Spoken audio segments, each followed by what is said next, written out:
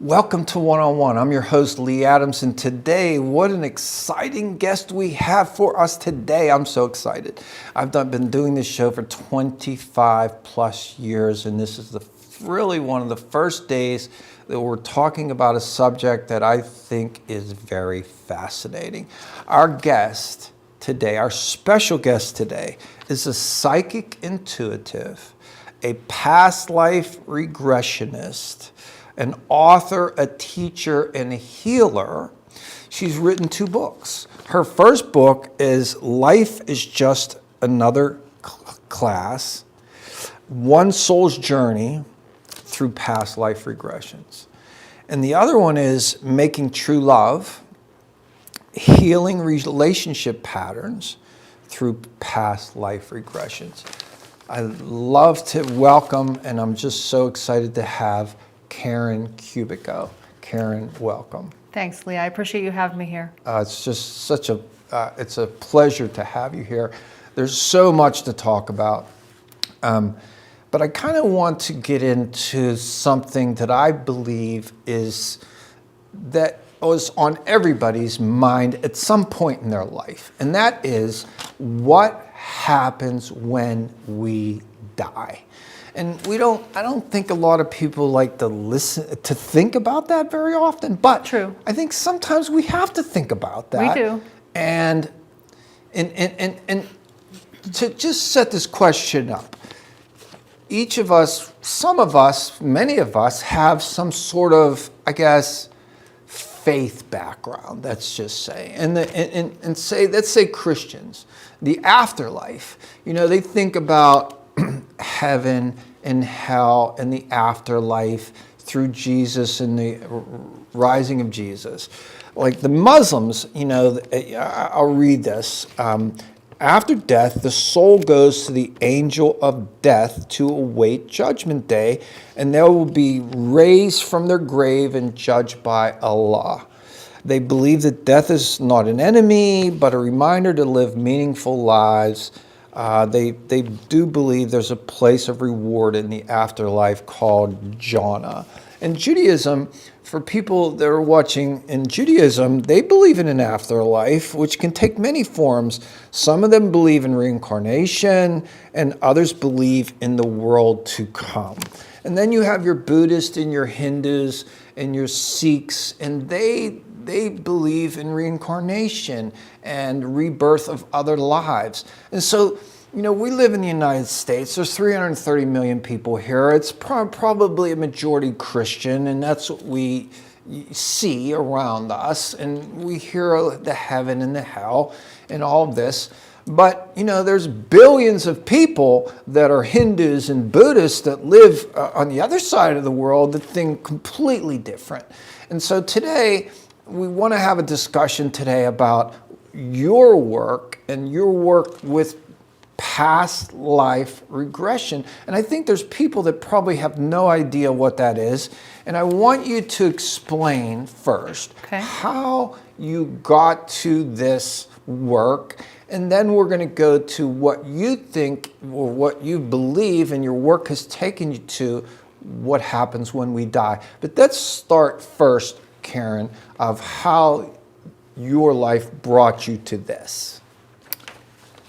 Well, I'll start with, I grew up Catholic. I went to a Catholic grade school and high school for a little while, and so I never contemplated past lives, reincarnation, or anything of that sort. I had a thought when I entered into the public school in 11th grade of, it's a kind of an interesting story only because I'm walking there for the first time, new school, and a friend of mine was talking to another lady, and I heard in my mind a thought, wow, I really hate her, and I'm like, whoa. I mean, that's not like my personality. I didn't understand why I thought that way. And the next thing I thought in my mind was, oh, I just had a bad past life with her. I never contemplated past lives again until it was, Or you were a kid I was in 11th grade. and you came that up with happened. this past life thought? I just heard that in my head out of nowhere. Okay. I mean, at the time I didn't realize where it was coming from, but now I understand it's like intuitive guidance of some kind, probably from one of my spirit guides, no doubt. And so now, fast forward in time, many years, and I am having a child, and it was not working out really easily. We both almost died, and at that moment, I was floating above, having a near-death experience in a sense, in a real sense, and talking to spirit guides and angels and watching over the entire scene, knowing what was happening, seeing other perspectives and having clear memories of the entire event. And I'm put under anesthesia because of the C-section that I was going through. So it was, I started having different experiences after that and started getting into all of this, kind of like a long story in between there. But I started delving into learning more about past life regression. Just to have a quick, simple overview on what a past life is, you know, we're a spiritual being, we're a soul. And on a soul level, we are growing and learning. And so part of how we learn to grow on a soul level is we have a human life. And so through having all these human lives, our past lives, you know, again and again over thousands and thousands of years, we are learning something on a soul level to understand more about having inner peace, independence, overcoming grief. You know, really, the list is long on faith even could be a lesson that you could learn. So those are the reasons that we come into these human lifetimes to collaborate with other humans, other spiritual beings who are also taking on their own life lessons and to work through a lifetime. So anyway, I delved into past lives as a means to understand more about what was going on in my life. And it's through doing that I did some inner healing, but I also started to really start to recognize this was really more than just this humanness. How do I explain? So I need a second. I'm sorry. That's okay. I got like all ungrounded for No, some it's reason. okay. I mean, we're in the moment, and we're really getting into something that is so fascinating that your life is now surrounded with. This is part of who you are, and you help other people learn about their past lives. And so you started to get into this, and you started to learn all these things.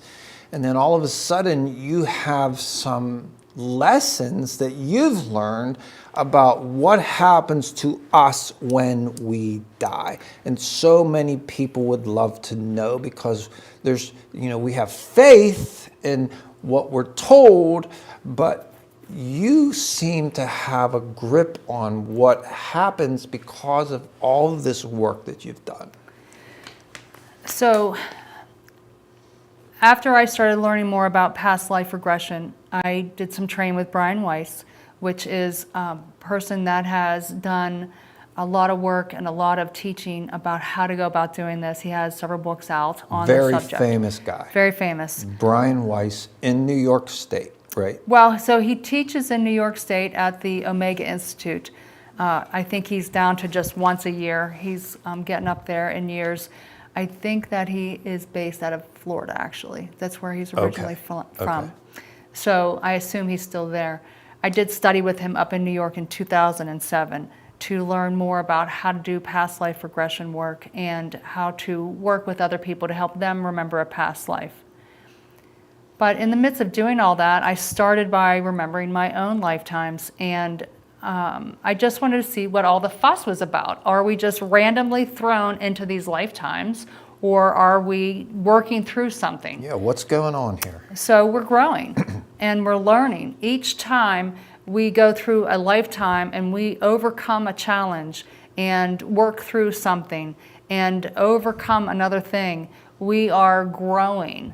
So let's say, for example, someone had a lifetime where they were in an abusive situation and they were just terribly abused and passed away. And so then other lifetimes you would learn how to overcome that, stand your ground, be independent. And then in this current lifetime, you're like, yeah, I'm not even dealing with any of that anymore. It's just, you're over it. Mm-hmm. So you've learned, even though it might have taken you several lifetimes to get there. So that's basically what I learned. There's lots of lessons that you can learn. But you asked the question on what happens after you die. Yeah, which I think is just so central to all of us, human beings on this planet. And that's why I kind of wanted to go there. We're going to talk about so many other things that you do.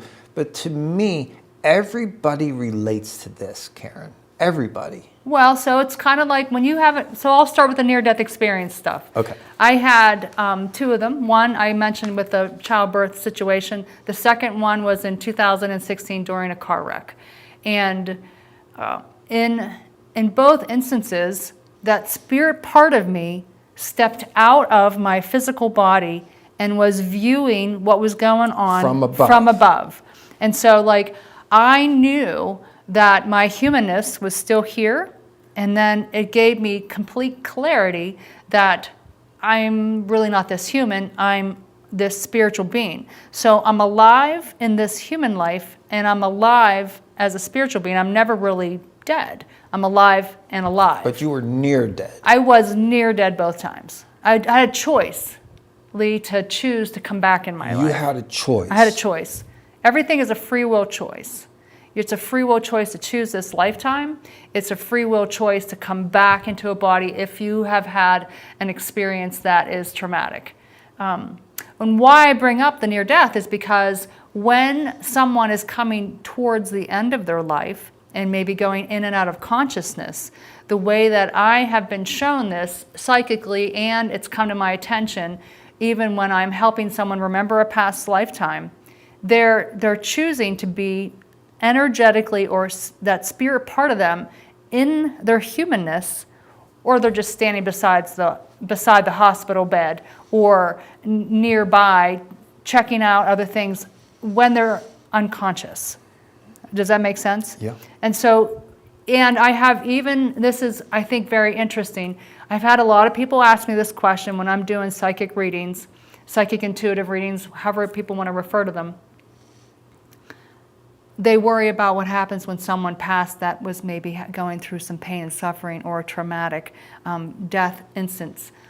And so the way that I've always been shown this pretty consistently, whether I'm remembering it for myself, helping someone understand what happened to their loved one, or they're explaining it to me through a past life regression experience, they are, in a sense, jumping out of their body, no different than how I jumped out of my body when that car wreck was happening, and I didn't experience any of that pain and suffering.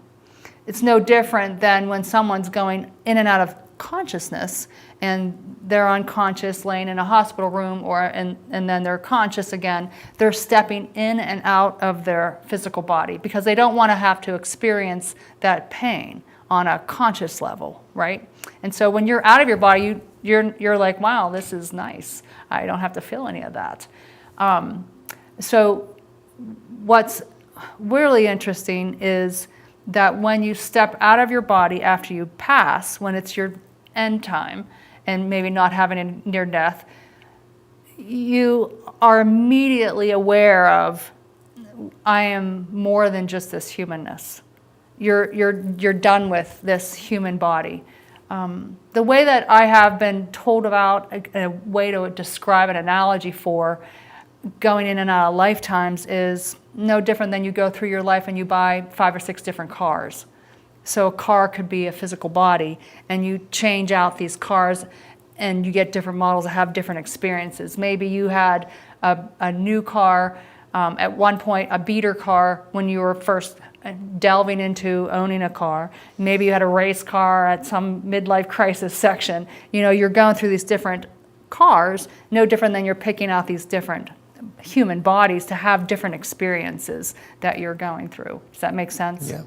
So when you step out of your physical body because you're going through a death or a traumatic end of some kind, you feel nothing. You don't feel all that physical pain and suffering. All the pain is gone. It's just immediately just not there. It's kind of interesting because the way that I when I'm in front of people talking and doing a class or something, Lee, I'll actually say it's no different than me sitting in the chair and then I stand up and walk across the room and then I'm like, crap, I died. You know what I mean? Because you look back at your human body and you're like, well, that happened. Or you feel such a sense of release. And it's hard though, because as soon as you step out of your body, the hard part is you left your family, your friends, your loved ones behind. That's the difficult part. Sure. You know, That's why people hang on so hard. That's correct. And that's why when I've had my near-death experiences, I did not want to leave my kids behind. So they were my incentive to maintain having this human experience in this lifetime. Sure. Does that make sense? Yes. Yeah. And so now your spirit rises above your body when your body passes on. Correct. And then what happens, Karen? Well, so that's a choice. So as soon as you come out of your physical body, you're standing, in a sense, in spirit nearby. And we're here in this earth experience. So how to explain what happens next? It's really imperative that we go to the light. I don't know how else to just, except for bluntly say that. I have been told that repetitively over time. Always go to the light. Okay. And I really feel like it's everything to do with, and an example of how moths go to a light at night. And they're banging like mad trying to get to this light. Well, where do you think they're trying to go? You know, because when you step out of your body, almost immediately, I want to say 100% of the time, a huge light, and it's kind of like, it's this beautiful, it's radiant, it's pouring this, oh my gosh, love energy out of it, and you're drawn towards it. And you don't understand why, but you just, wow, that just feels like the warmest hug, and you are drawn towards it. Now, some people consciously know they should go towards the light when they leave your body, when you're finished with a lifetime, and go immediately into the light. And when you go in the light, you're going up to a higher dimension, which is the heaven space. I have never seen hell. You mentioned that earlier. I don't know if we were recording when we talked about that, but I've never seen it. I've never had someone go into that space. It's just, I don't know why people talk about that, but it is... But you're not hearing that in your work. Never, never. The hell that people go into is when you don't go in the light.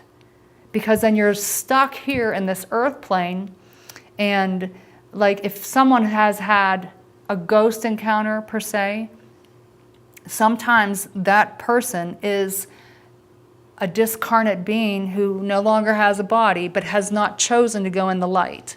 Well, the Catholics talk about purgatory. Yeah. I don't know if that's what the... Well, I mean, it feels more like limbo. Okay. Like where you're kind of stuck between being here in the earth experience and going to the heaven space.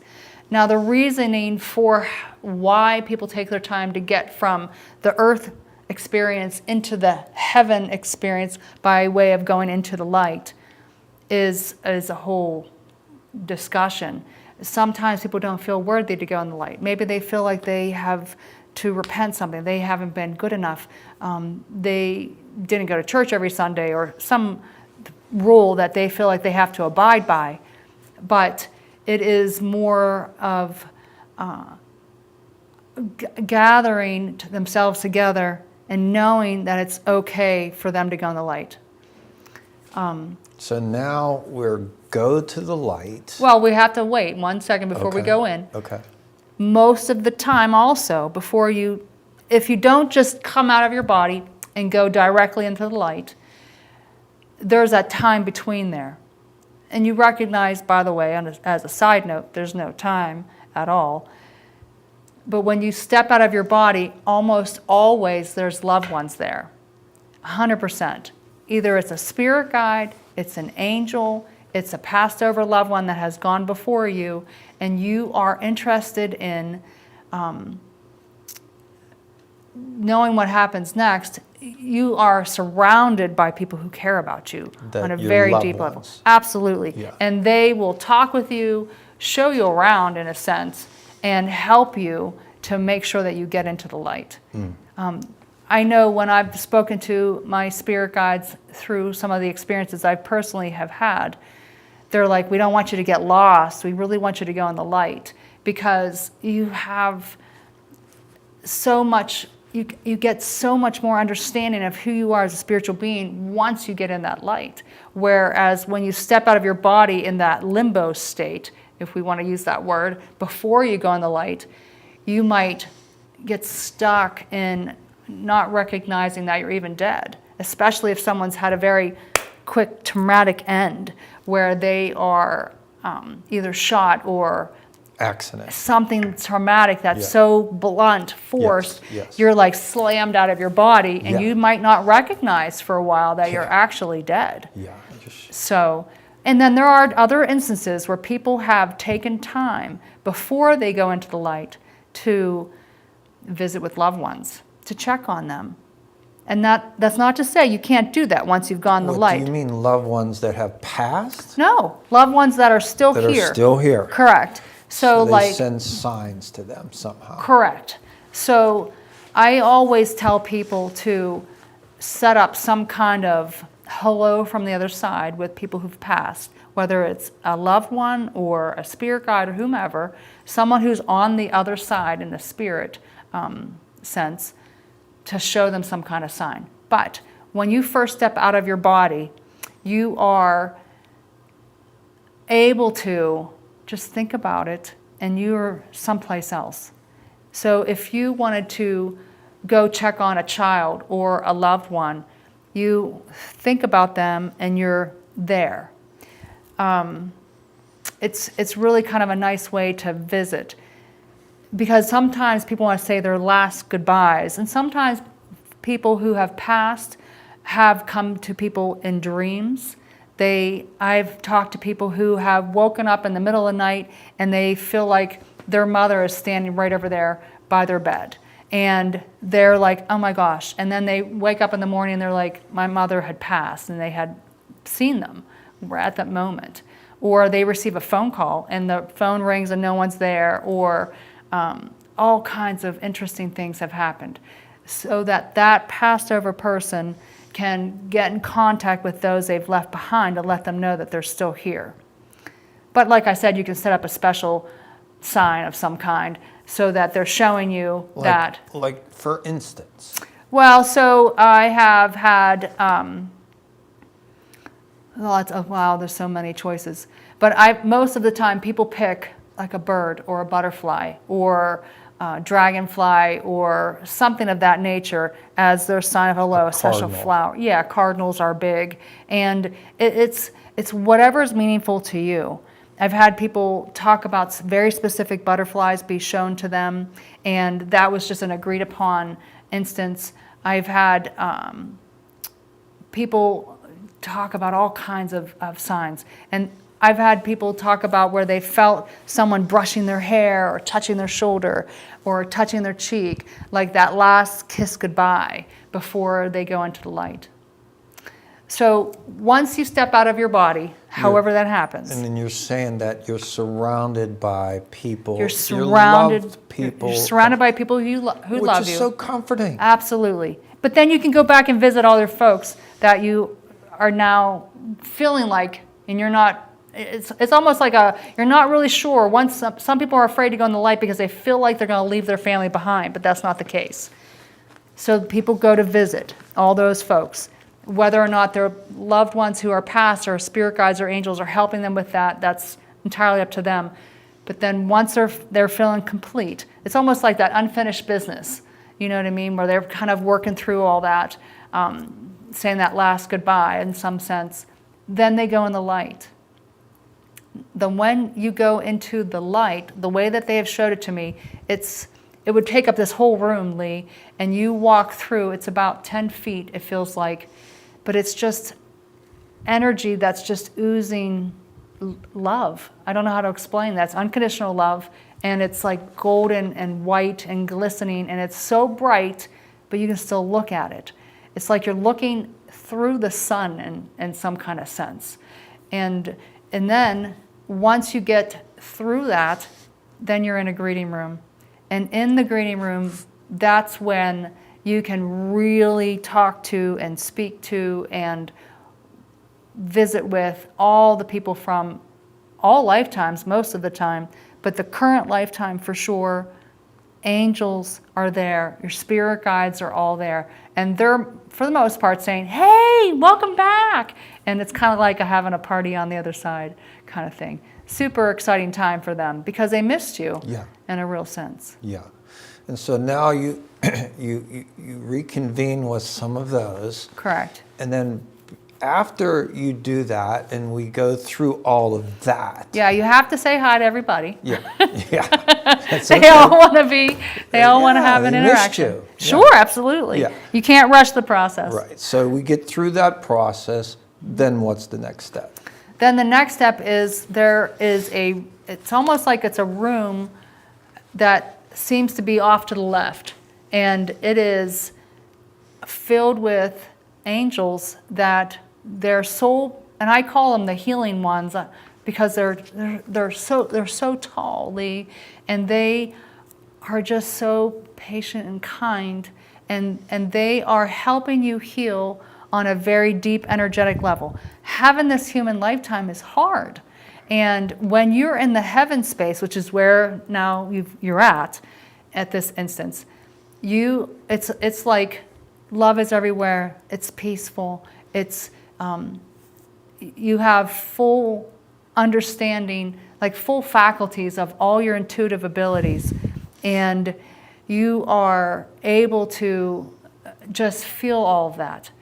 But you have had this earth human experience, and you've picked up all this pain, suffering, jealousy, grief, all this trauma that has happened in this current lifetime, because there isn't anyone out there who's had just an easy breezy lifetime. We've all have stuff we have to work through and get through and work through and get through and get over on some sense. It almost feels like it's designed that way. Yeah, it kind of is, because when you're done working through all this stuff, then you're done. Yeah, because I always say that I've learned my biggest life lessons through the hardest moments of my life. If it was easy, it might not be a learning. Exactly. Easy to learn, right? Exactly. So it seems like it's designed that way, and now you're dealing with these spirit. What do you call them? These tall spirit healers. These are healing. I call them the healing ones. Are angels. Okay. They have wings. They're very. They're kind of serious.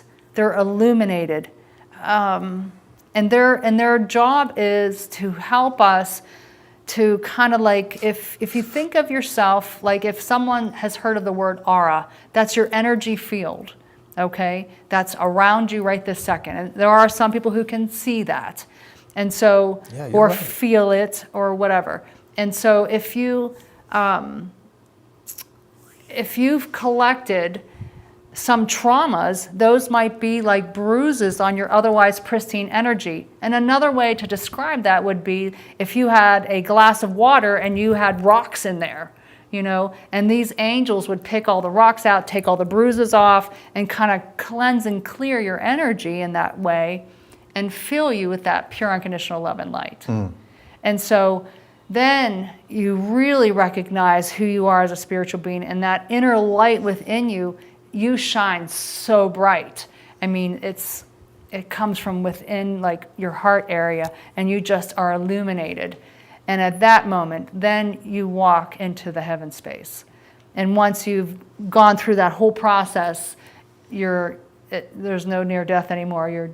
You're past and staying there. But once you've passed into the heaven space and you've worked through saying hi to everybody and you've received the healing, then you go into the heaven space. And then it's up to you what you want to do next. There's a lot of stuff we could talk about after that. What are some of the choices? Well, so sometimes people talk about a life review, okay? And so we can talk about that.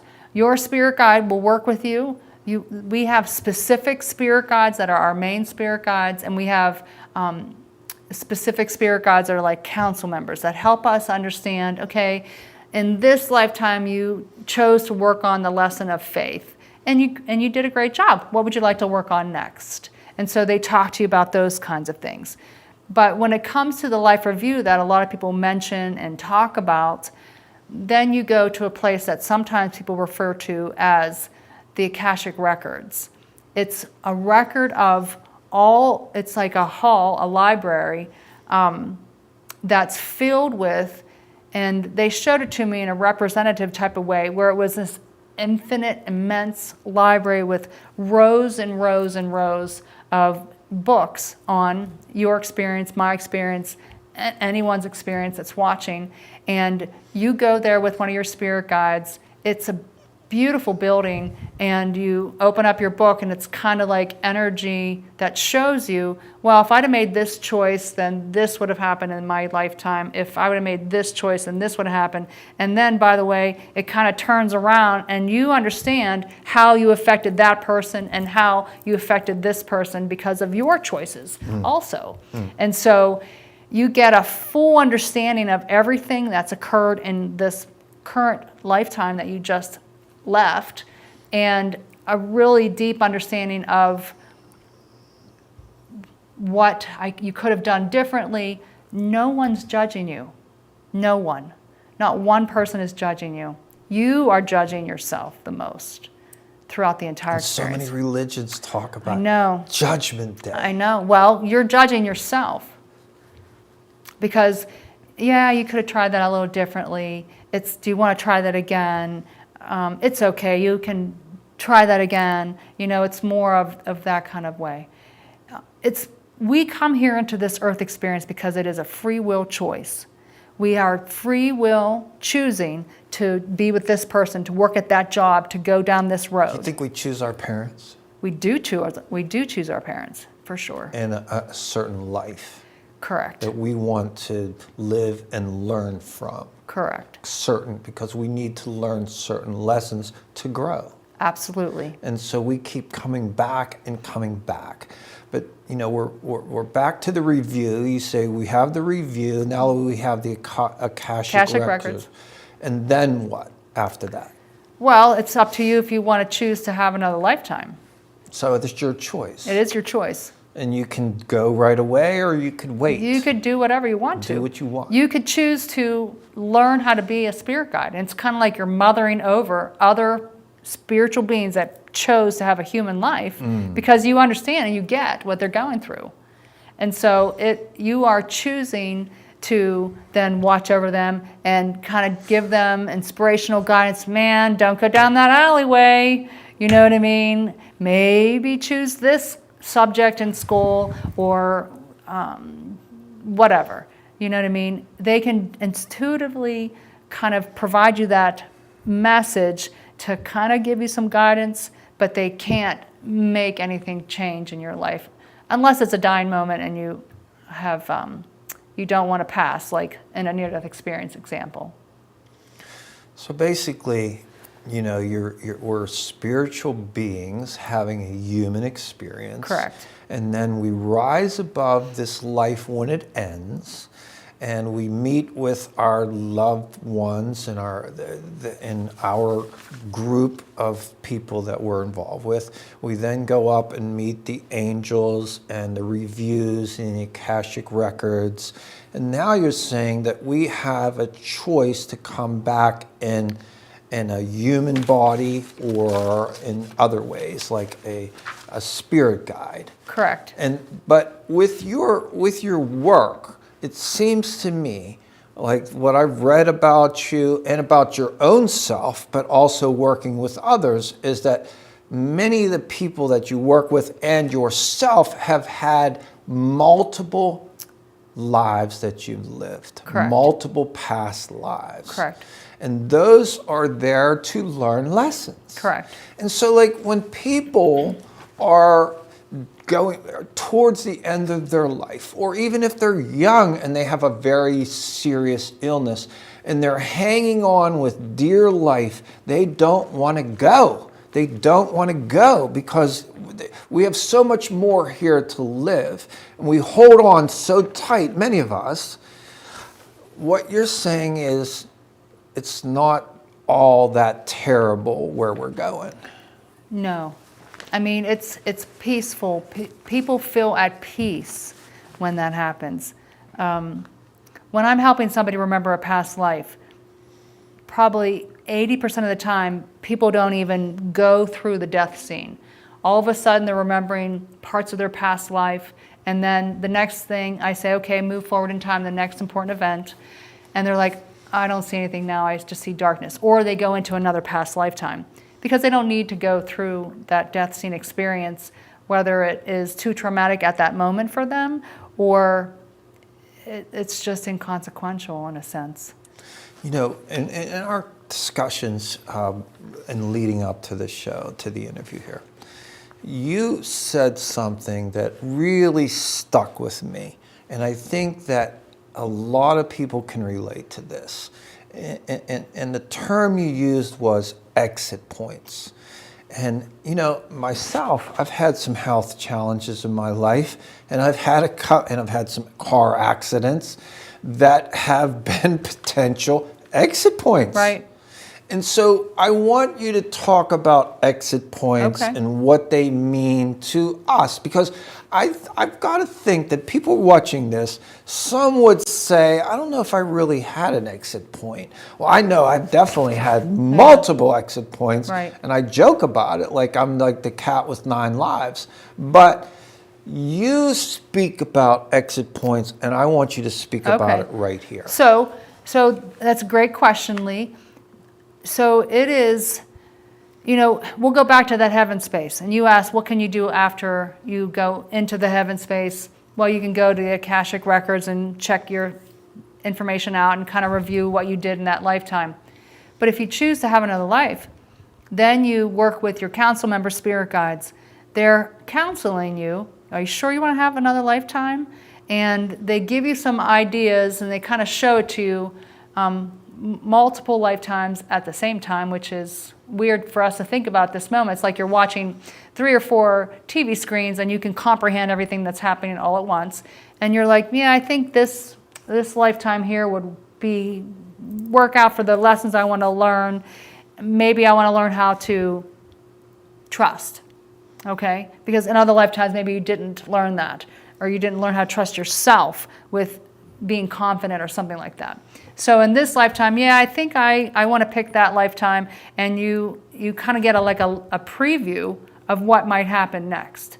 And so you get little snippets of different parts of that lifetime.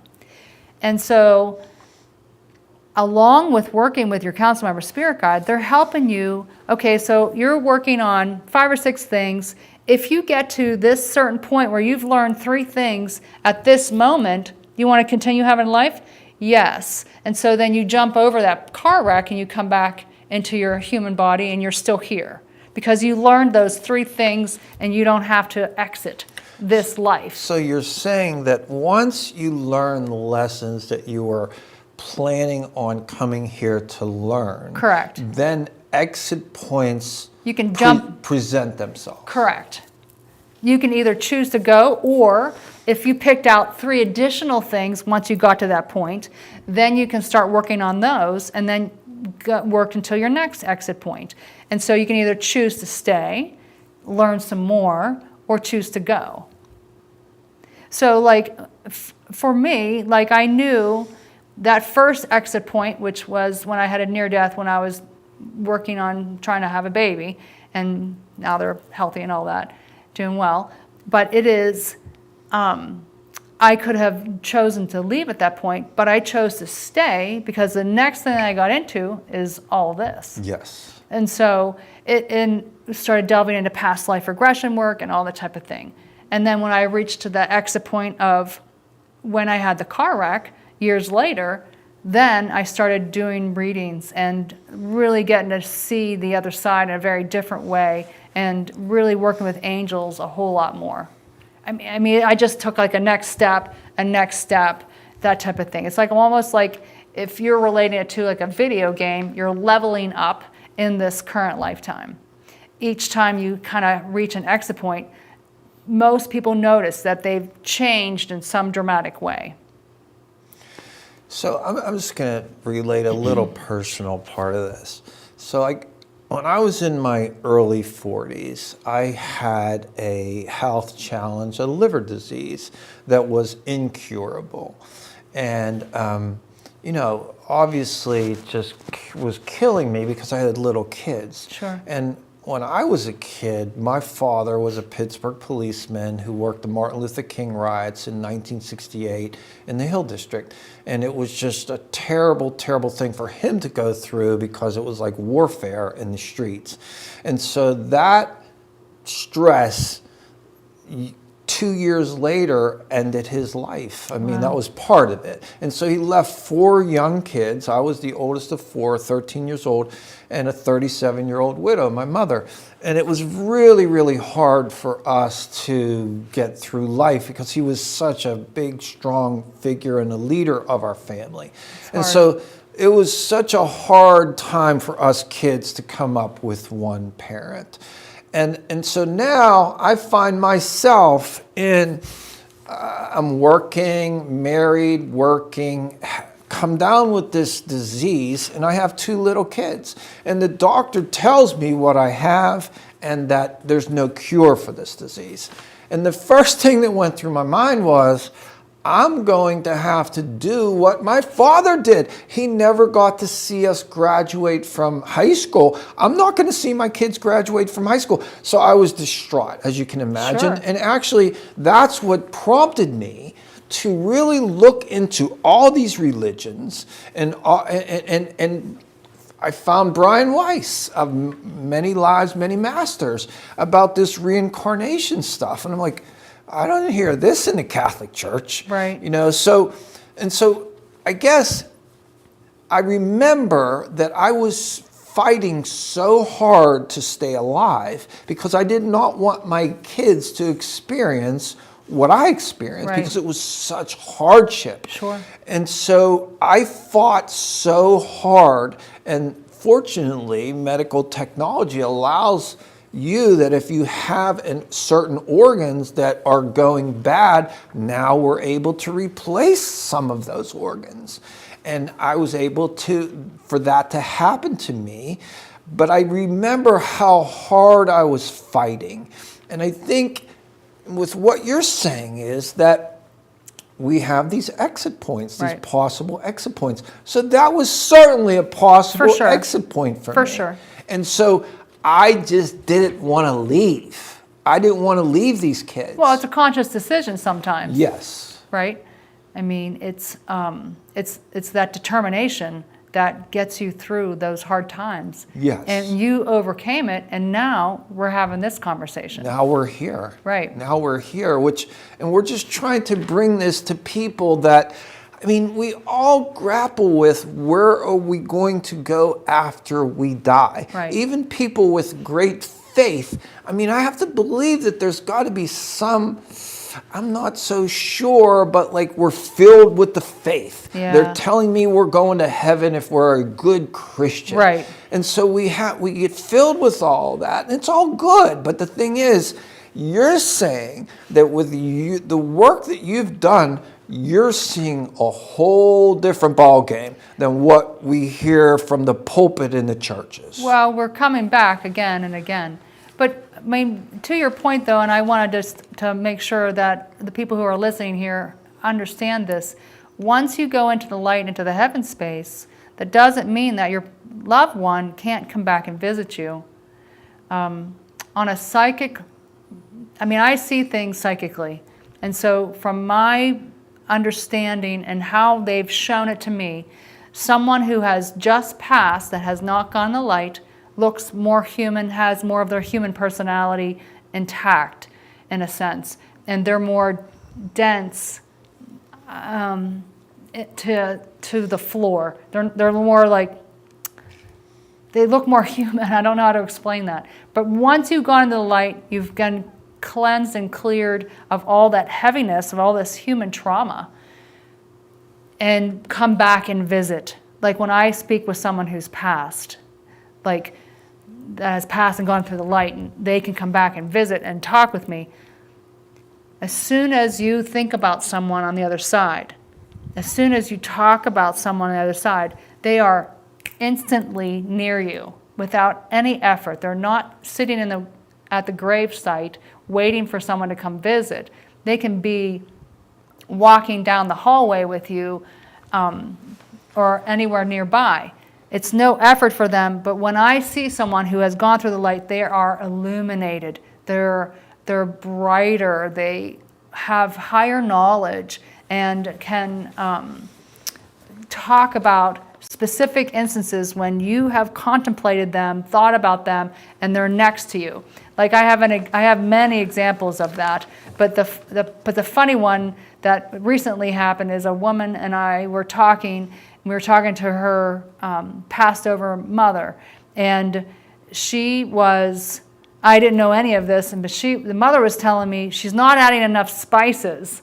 And the woman is like, I know, I don't add this one particular spice, and my mom always liked to add that, and they used to cook big vats of this sauce or whatever.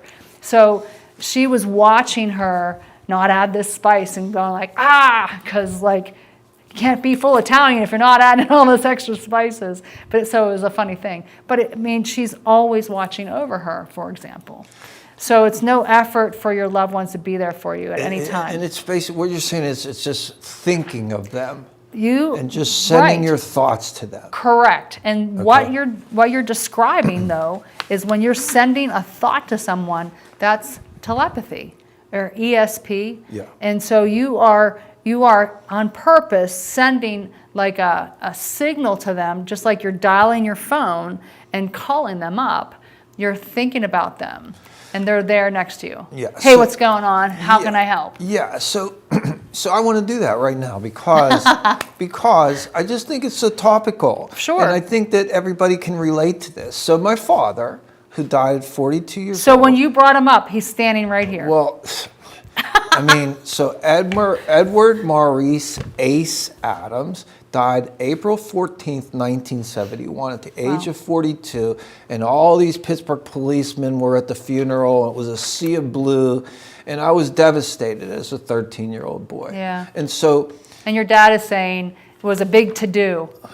It was a big to-do. He's saying and I was words. broken. I was broke. I was devastated. Sure. And I had to watch them take that casket and drop it in that hole. That's a hard moment. That was... it's so final. Oh my gosh. And so those are traumatic moments. And when I got back in the car and it was raining and I put my head against like the window of the back window, side window, and I don't think I could cry any deeper than I saw. Such a healing moment. It was it crushed me. Yeah. And so I come back to the house and we had some people over and people are there, trying to support my mother and us, and they're talking and they're starting to laugh. And I'm thinking to myself, there's nothing to laugh about here, fellas. like we just dropped my father in a hole. Yeah. And so I'm 13 years old. So I just went outside with It's the basketball traumatic. and my brother, and we just played and played and played because I could not hear laughter when I just saw what I saw. Right. And so I'm only bringing this up is because I've always said that even though this is 53 years ago, that I feel my father's spirit with me. And I feel that he, in what he's been for me, has been my moral compass, so Yeah. to speak. Because he Feels was very empowering. Yes, Yeah. very right and wrong, because he was the policeman. Sure. And he taught his boys to be right and wrong and do the right thing. So I've always felt that from him. So what you're saying is that if I just, well, I speak him out loud here, Right. but if I just think him, If you just think about him, think him, no he's effort. going to come to me. they're not too busy to come visit at any time. So that's what we say to people watching this. Right. If your mother or brother or sister or uncle, whatever who you're close to, think of them. Think of them, and then they hear you, because sometimes when I'm doing a reading and I'm talking to a passed over loved one, the person sitting there will say, "Can you tell them I miss them?" I'm like, they can hear you. But they can hear you when you're speaking, and they can hear you when you're thinking. And you can ask them to come visit you in your dreams. That is a great way to interact with those on their side, because when you're sleeping, you remove all your roles of I'm not allowed to, I can't have that interaction. But it's of no effort for them to try to do that. The one thing that I have to express that I definitely have seen and come across is that, that grief that weighs on your heart. It is sometimes if someone has so much grief, because I've been asked this question, well, so-and-so didn't come to me in my dreams yet. I haven't got a sign from them.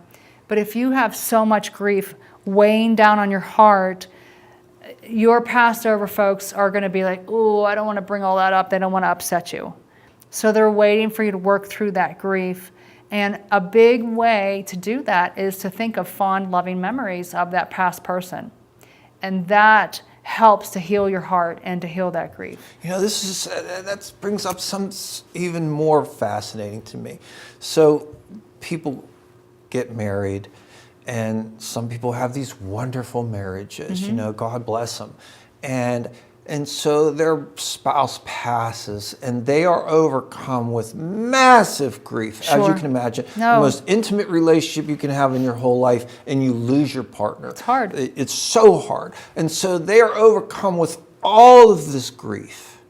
And so the question is, how can they heal from that grief so they can move on and live a happy life? What do you say to that? Well, it's no different. So it's specifically, I've been shown if someone's having a really tough time with someone who's passed on that they've spent an enormous amount of life with, whether it's a sibling or it is a loved one, spouse, whomever, is to make a scrapbook about it, focus on those happy, funny, loving moments. You brought up people laughing at your dad's funeral, trying to have a good time. Well, sometimes people do that, not because they're being disrespectful, but because that's how they deal with it. I didn't know it at 13 years No, old. but for you're sure. right. You're No, right. for sure. And, it definitely was a difficult day for your family. But they might have been talking about funny interactions, funny moments with your dad to help them on some subconscious level they knew by bringing up that fun, happy moment is going to help them heal. It's no different than if you have a loved one who's going through a very difficult end-of-life time period for several years or months or whatever. Some people dwell on those last moments and remember and rehash it over and over again. But you've forgotten the 30 years you spent with them where you were having fun-loving, flirty, or going on trips or whatever the case may be. These positive, loving moments, those experiences that you've forgotten about because you're focusing on the end-of-life moments. And You so know- that brings a great deal of healing. Yeah, and that brings up something else. So there are people, and I have someone very close to me, that are going through the quote dying process, Yeah. so to speak, and that their illness has progressed to a point where doctors are not giving them a lot of hope, so to Yeah. speak, and that they're kind of giving them, in some ways, some timelines. And so with people in that situation, what do you have to say to them, Karen?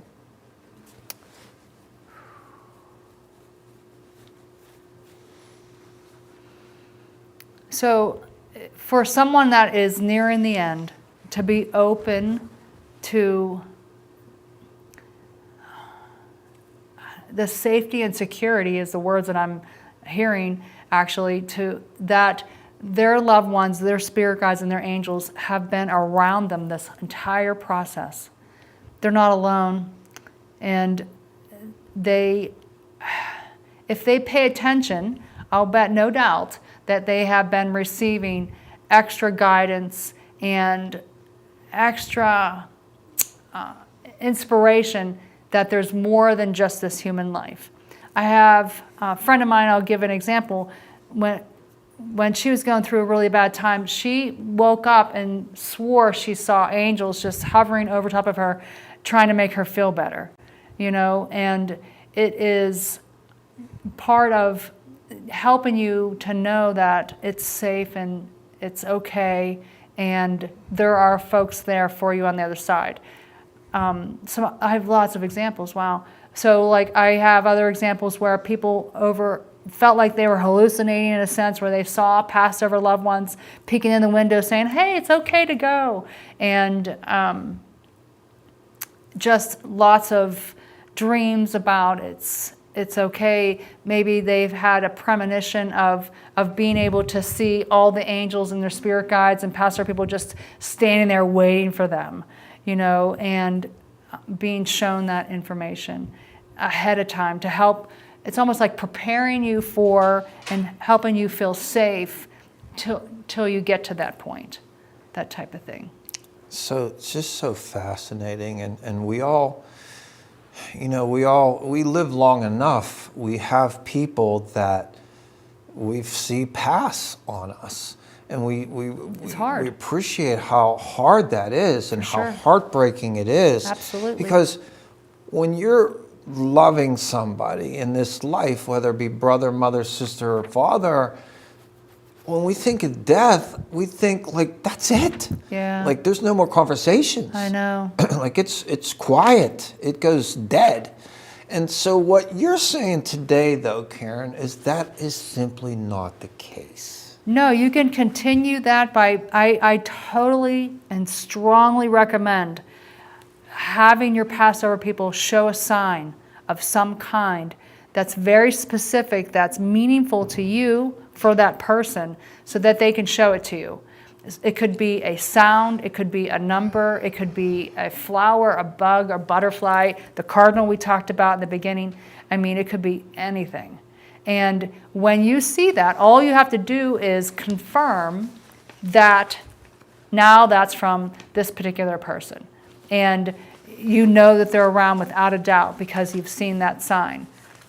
That's all. I mean, it sounds so simple. I tell people often to ask for a feather as a sign from the other side, because that's how I first started kind of in all this. I asked, everybody was talking about, just ask for a feather, just ask for a feather. So I asked for a feather. I saw a feather and blew it off. I saw a feather and blew it off. And then one day I put the kids on the bus and I saw a pile of white stuff in the backyard, and I walked back thinking it was just like a garbage bag blew back there or something. And it was a pile of feathers. And I was like, what? And I still didn't dawn on me that I asked for them to show me a feather. And I still didn't believe that pile of feathers. But it was definitely a sign from the other side. This hour has just flown by. And I knew it would, because what you have to say is so impactful in my mind. It really is, because this is a central part of our lives. Like, we live our lives, and then what happens? what happens after that? Right. And we're speaking of this. So today you're able to share with us that it's not the end. You don't turn into dirt. Yeah. I mean, we are spiritual beings having a human experience. Correct. And so that once we pass, there's a whole lot more going on. A lot. It's a whole other life on the other side. Which is so comforting. For sure. And then secondly, many of us have grief. We do when we lose Yeah, loved ones. it's hard. But you're saying that we can access them through our thoughts. Correct. And some people actually have talked to me about hearing messages from their loved ones, no different than your dad is giving you messages, maybe do this is the right way of doing something in a moral kind of way. And you're like, oh, I know my dad would say something like that. You're receiving that information and it's valid. Karen, I think the work that you do is just so important, and I'm so glad that you took the time to come to Yeah, I share appreciate with you us. having me. Really, because this can impact everybody, but you have to, I think your mind has to be open to receiving this. For sure. Right? For Because sure. people are indoctrinated in certain religions, and if it works for you, it works for you. God bless you. And all I can tell them to do is just give it a try. You have nothing to lose. Yeah, but this is something to think about. True. Because I had to think about it when I was facing an exit point, and a very premature exit point, almost the same age as what my father was. Right. And I'm like, I'm not ready. I'm not ready. And so they went with me, and they kept me here. And now I'm talking to you who studied under Brian Weiss, whose book I read when I was really in that situation. So it's just such a pleasure to have you today. Thanks, Lee. I appreciate you having me here. And you do such important work. And I think that you give so much comfort to people that are struggling as to what's going to happen here. The unknown is scary. It is. But yet your work has taught you so much that you're able to share this with people. And I just hope that they were able to listen and to absorb and hopefully make them feel a little more comfortable. That's the point of it. Absolutely. Yeah. To feel comfortable that we're more than just this human. It's just such a pleasure to have you. I just thank you. I can't thank you enough. I mean, I've been doing this for a long time, over 25 years, and I don't think I'm ever going to forget this show with you because it's Thanks, Lee. so meaningful. You're talking about things that are just so meaningful to all of us. Sure. Because we love and then we lose. We have loss. Yeah. And that's just what this life is. But yet your work has taught you so many interesting things that many people don't even consider, and I hope that they do from our conversation. Having an open mind to help you heal. Yeah. Yeah. Thank you so much. I really appreciate you coming by. Anytime, Lee. Thanks. And I thank you for watching. And I just want to mention one thing. If you, your mother, brother, sister, or relative needed an organ transplant to save their life, would you accept it? I think most of us would say yes. So whenever we go to that driver's license center and it says, do you want to be an organ donor? Please consider strongly to check yes. Because if we're going to take it, why not giving life to someone before we pass? It's giving the gift of life, a gift that keeps on giving. I hope you really enjoyed our show today with Karen Kubicko. Just some fascinating things about life and death and the afterlife. And please join us for another edition of One on One. I'm your host, Lee Adams. Take care.